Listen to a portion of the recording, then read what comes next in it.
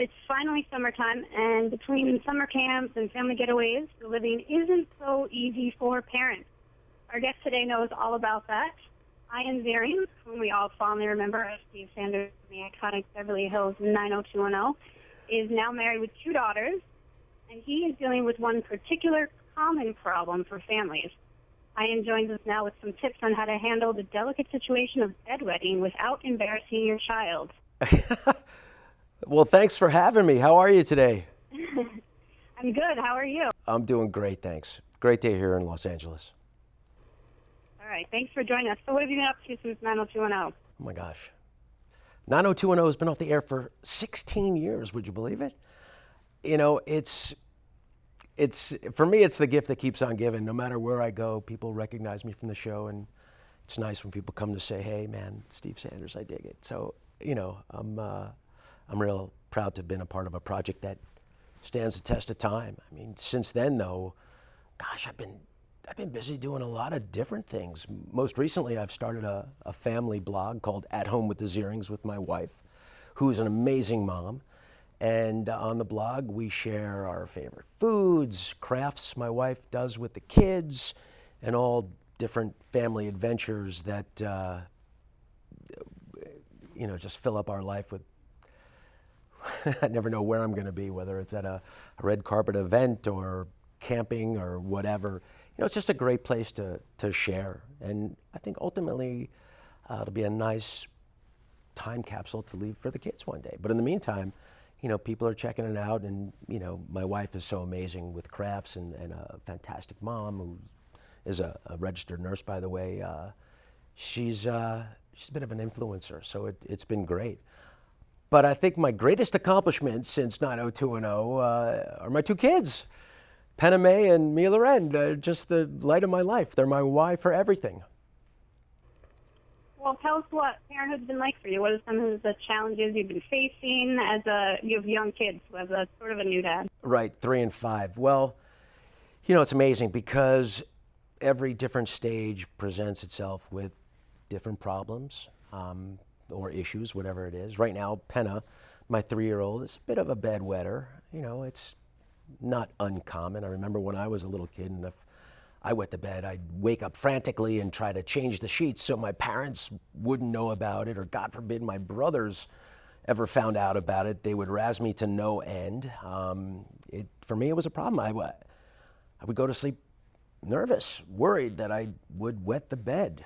It didn't happen every night, but it was tough. And, you know, I think it was like 4 or 5 years old, I was out of diapers, so it presented itself with a difficult problem for me. There were no overnight, no good night's pants that I could use. That's what we use now. I've started working with the Good Nights people to help break the stigma of nighttime bedwetting, because it's nothing you can control. It's developmental. But nighttime is when we should be sleeping, when the body's rebuilding itself, when, you know, so much growth is taking place. It shouldn't be riddled with fear or anxiety. I'd wake up nervous, but now my daughter Penna wakes up confident because she goes to sleep. If she wets her good nights, it's not an issue because she really doesn't feel it. So she sleeps comfortably, doesn't wake up in tears like I used to. And in the morning, she's confident, and it's inspiring a sense of independence in her because she takes them off and puts them on by herself, which is great. You know, we try to create an environment that's nurturing and loving and supporting, and, you know, these enable us to have one less thing to worry about. Right. So I'm dealing with this right now with my 2-year-old, actually, and I didn't have this problem with my older 2. So what advice do you have for parents like myself who I have 0 experience? Well, just know that it's going to be okay. Okay? It's normal. It's natural.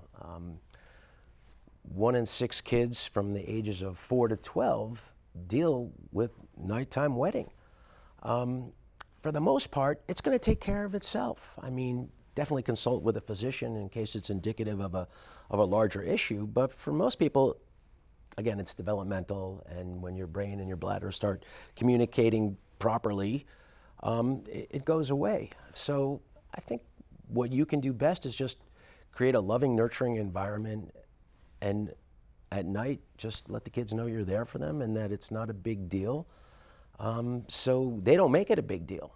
And if the kids go out on a sleepover or have extended activities, if it is a problem, you can use the good night's pants for them, because you don't know they're wearing them. They can be confident and discreet. And with little kids, they kind of want to be the same as each other. Anytime something's a little different, they may pick on each other. So, do whatever you can to create confidence in the kids. And that will free their minds up to grow in other directions and be strong adults. And what are some of the things you would say to a child who's been picked on for bedwetting? Well, first I would relate my own experiences with them, letting them know that, this is natural. It happens to most of us.